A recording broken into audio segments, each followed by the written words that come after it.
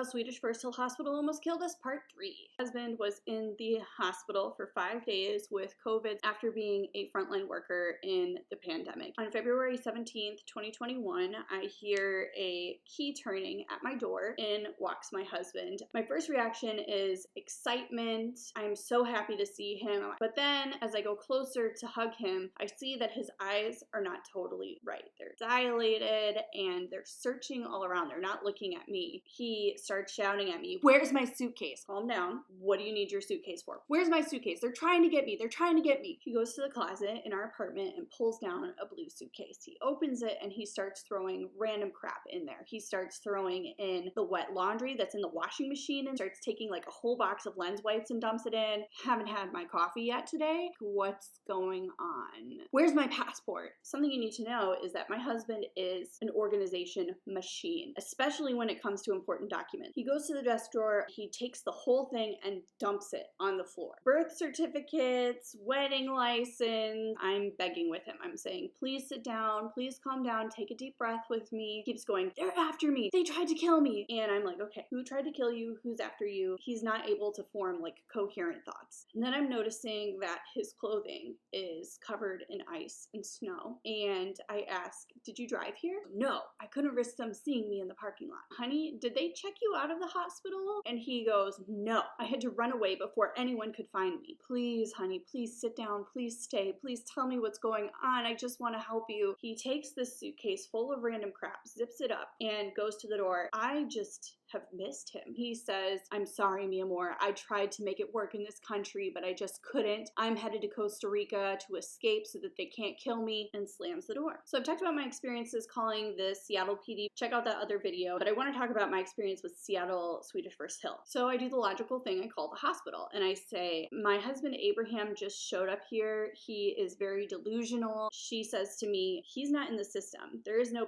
Abraham Benavides here. Are you sure that it's Swedish First Hill? He works there. I'm sure which hospital it is. She checks her thing again and she says to me, no, he wasn't here. And I said, can you please just check the emergency room records? I personally drove him there. I personally dropped him off. I know he was there. She checks the record. There has never been a patient Abraham Benavides at this hospital. The woman hangs up on me. So it was 7 a.m. when my husband showed up at my apartment. At about 11, the hospital calls me. Mrs. Benavides, we just wanted to let you know that Abraham left the hospital this morning. At first I'm relieved and I'm like, oh, thank you so much for calling. And she's like, yeah, he just decided to leave. Okay, did he sign a leaving against medical advice slip? No, we just came back and realized he was missing. Wait a minute, he showed up at my apartment at 7. You've just realized now, many hours later, that he was gone? Yeah, well, we know he works at the hospital, so we thought he went to go get a snack. You gave him transplant level steroids to save his life, and you assumed he was going to get a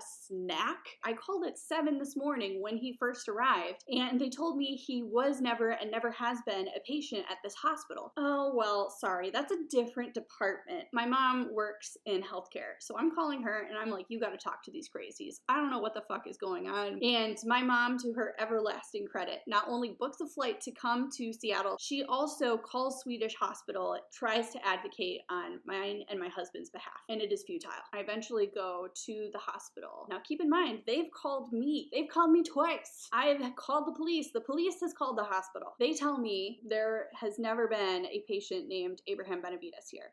Yeah, there was. And they're like, have you tried Swedish Cherry Hill? Check the computer. No, ma'am, I'm sorry, we can't help you. You can fill out the Swedish Seattle First Hill patient survey if you'd like. I talk a big game when it comes to race and privilege, but when it is your loved one and you are in crisis, you leverage all the privilege that you possibly can find. So I take my inner Karen and I sit down on the hospital floor and say, I am not leaving until I talk to someone on the COVID floor. They very begrudgingly call someone from the nursing station. She comes down and she says, oh, you're Abraham Benavides' wife. And I say, everybody at this hospital is telling me that he was never a patient. He was a patient. Tell them. Can you explain to me how my husband, who was in intensive care, who has had transplant level steroids, who was given dexamethasone, which has a known side effect of psychosis, was able to be unobserved for multiple hours and left this hospital and was on the streets in the snow for 7 hours today? You can fill out the Seattle Swedish First Hill patient survey if you'd like.